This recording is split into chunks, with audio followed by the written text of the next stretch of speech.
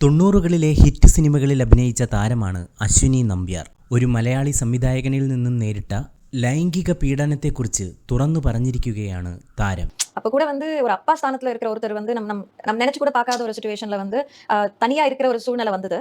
அந்த தனியா இருக்கும்போது அவர் என்கிட்ட തപ്പാ നടന്നിട്ടാரு.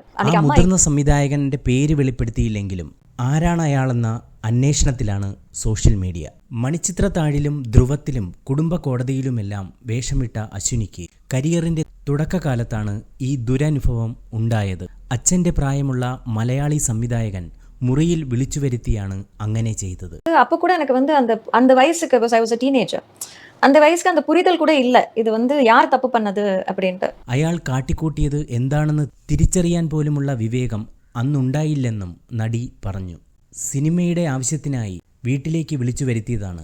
ഒപ്പം വരാൻ അമ്മയ്ക്ക് കഴിഞ്ഞതുമില്ല. സംവിധായകന്റെ വീടും ഓഫീസും ഒരുമിച്ചായിരുന്നു. മുമ്പ് അയാളുടെ ഒരു ചിത്രത്തിൽ അഭിനയിച്ച പരിചയമുള്ളതുകൊണ്ടാണ് ഒറ്റയ്ക്ക് ചെന്നത്.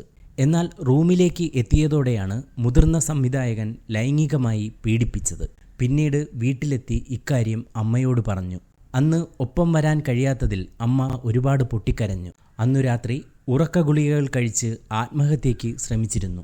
തെറ്റ് നിന്റെ ഭാഗത്തല്ല, അയാളുടേതാണ് എന്ന് പറഞ്ഞ് അമ്മ ജീവിതത്തിലേക്കുള്ള ധൈര്യം പകർന്നു. ആ സംഭവം തന്നെ കരുത്തുറ്റവളാക്കിയെന്നും പിന്നീട് ഒറ്റയ്ക്കാണ് ഷൂട്ടിങ്ങിന് പോയിട്ടുള്ളതെന്നും അശ്വിനി പറയുന്നു. അയാളോട് സ്വയം മാപ്പ് നൽകിയതിനാൽ മലയാളത്തിലെ ആ മുതിർന്ന സംവിധായകന്റെ പേര് വെളിപ്പെടുത്തുന്നില്ലെന്നും അശ്വിനി പറയുന്നുണ്ട്.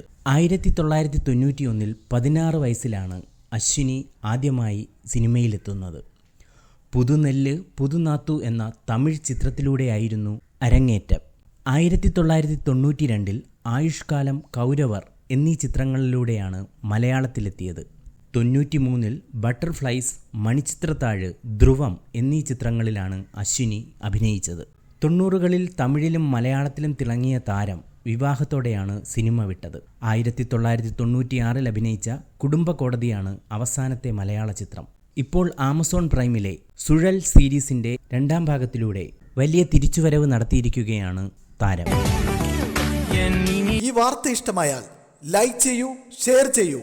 നിങ്ങളുടെ അഭിപ്രായം കമന്റായി രേഖപ്പെടുത്തൂ. സബ്സ്ക്രൈബ് ചെയ്യൂ ബബിൾകം മീഡിയ.